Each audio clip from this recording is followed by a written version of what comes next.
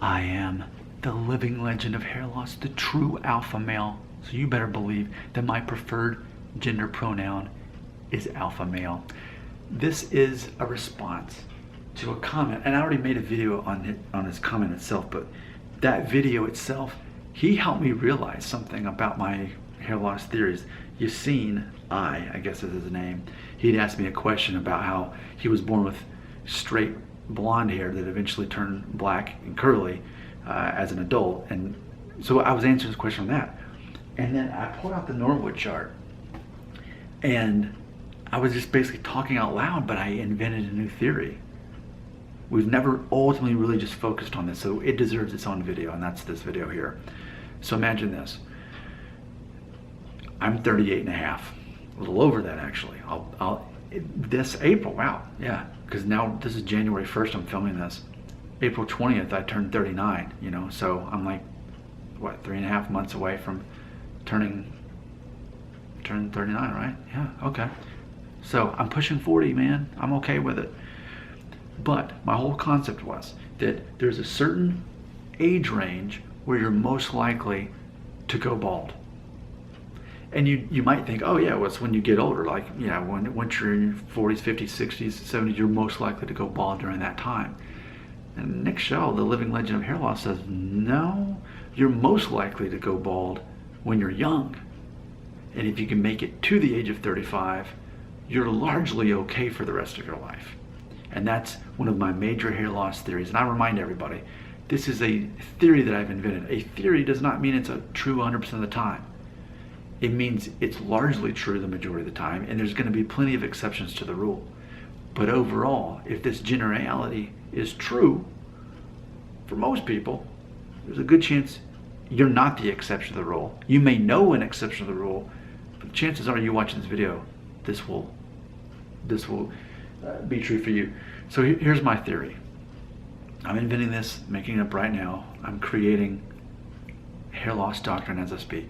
What I'm going to say is, if you're between the ages of 16 and 34, between the ages of 16 and 34, I think you're most likely to go bald in that time. Now granted, there's not a lot of 16-year-olds that we know that are bald, but there are some guys that by the time they graduate high school, they don't have much left on top at all. There are some, they're extremely rare, but that is a real thing. There's plenty of guys who lose all their hair on top by the time they're 20. I know Murr from Impractical Jokers, he'd said recently in a video that he was noticeably bald by the time he was 20. He was that bald by the time he was 20. Now he's in his, I think, mid-40s, and Murray from Impractical Jokers is, I'd say, like right here, Norwood 4, maybe closer to Norwood 5, maybe 4.5. But it's the concept of, if you're going to go bald, you're most likely to do it before you turn 35 years old. And that's why I'm always talking about that. That's why I keep saying, look at a photo of yourself at age 1, that's a projection of your hairline at age 35. And if you still have a decent hairline at age 35, you're most likely to keep the rest of your hair the rest of your life. So using me as a perfect example, a guy who's closer to 40 than anything, I'm more than 38 and a half at this point. Okay, so I think I keep saying this over and over, but the general consensus and what I believe is I'm Norwood 2.5 because of the temples alone. My temples are not Norwood 3 temples. If they did, my temples would be going back to even with my ear, and they don't. So here's Norwood 2 temples. So ultimately, I'm kind of a mix between those because my Bermuda Triangle of hair loss is starting to go inward, but my hairline's not necessarily going back. And again, keeping in mind how old I am, I'm already past the age of 35. Yes, it is thinner on top. Yes, it goes back a little bit. But in theory, what I'm here to tell you is, I'm not the kind of guy who's just going to lose all my hair on top within the next 10 years. I may lose some real estate up there, and I may push a little bit closer to an official Norwood 3. I may even, by the time I'm 50, have a true bald spot right there. I may even have this front part still disconnect, but it's probably going to be one of those theories, kind of like a Tom Hanks situation, where as long as you have the right vague hairstyle, you can still have most of your hair. Now, granted, I have heard of these at a hair transplant, maybe so, but ultimately, the point is, a guy like me is not likely to go bald at this point. Though my hair loss situation may increase some, I'm not likely to go bald anytime soon. Now here's the thing. Here's what's interesting. What if I were 20? What if I were 25? That changes everything. If you're looking at me in your phone, or on your computer, whatever you're watching this, and you're looking at my hair and you say, you know what? My hair is just like Nick's. The way it's kind of thinner on top, the way the hairline comes back. But while he's almost 40, I'm only 25. I'm only 20. Okay? Me being real with you is, you're probably going to be going bald.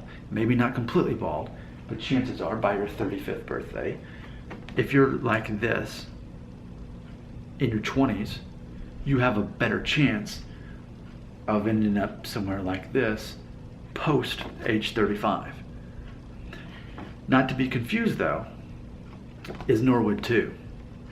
A true Norwood 2, I don't think you should be afraid about. A Norwood 2 simply means you've got an obvious V here, here, and here, but with no thinning. If that's you at age 24, then I'm going to say there's no fear that you're going to go bald. I would tell you this, that's how I was at age 24. Age 24, I was a Norwood 2 with no thinning.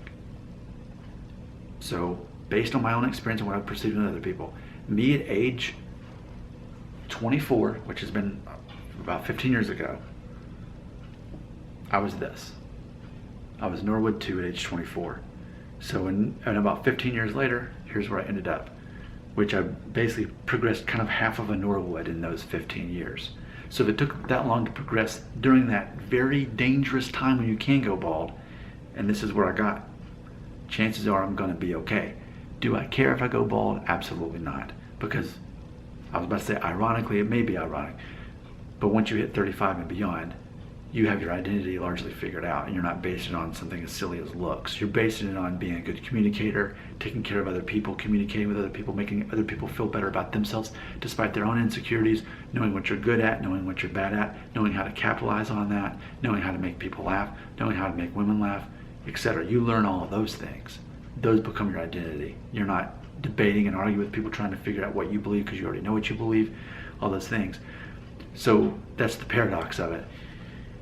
In theory, if you have the genetics that allow you not to go bald, you'll know by 35 because you'll look at your hair at 35 and know.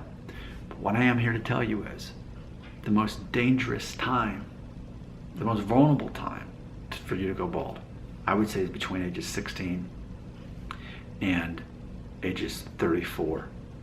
And then at age 35, you're probably going to be all right. Johnny Cash would be an example that I feel that backs this up.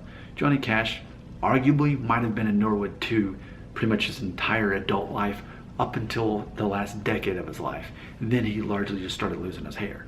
It happens to a lot of guys. I remember my Italian grandfather, I mean, I wouldn't even think he was Norwood 2 even. But then the last decade of his life, like as he was pushing 80, I think he did have cancer, so he had, I don't know, I can think of certain men who the last decade of their life just suddenly went bald. A lot of you will see that with certain, I'll give you another one, the guy that played Willy Wonka, I think like Jerome Silverman is his actual name. But anyway, the guy that played Willy Wonka in the original movie there, Gene Wilder is what I'm trying to say.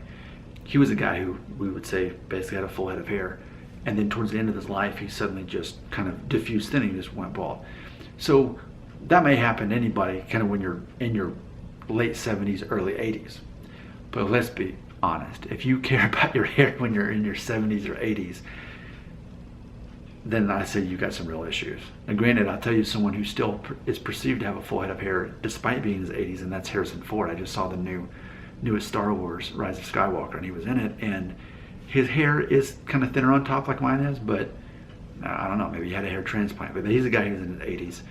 But hey, for the most part, my point is this. You're more likely to go bald while you're young, not when you're past age 35. Am I young to be 38? Well, I'm under 40, so compared to someone who's 70, I am young. But ultimately, I'm midlife now. I'm on the second half.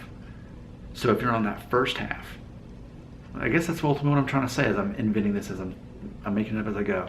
But ultimately, if you're in the first half of life, the first half of age 35, you're more likely to go bald. If you can hang on to your hair naturally, we're not talking about drugs or hair transplant, any of that stuff. Naturally, your 35th birthday, you look in the mirror, you're the guy who's probably going to keep most of his hair most of his life, probably like me, despite the possibility of it getting worse. I seriously doubt I'll just be completely bald on top in the next decade or so. I doubt that will happen based on my hair loss theories. So, thank you for watching this video. This is ultimately what this channel is all about. We don't worry about the exceptions to the rule. We're looking at general studies. What's true most of the time. That's most likely to be true for you. Your comments belong right here.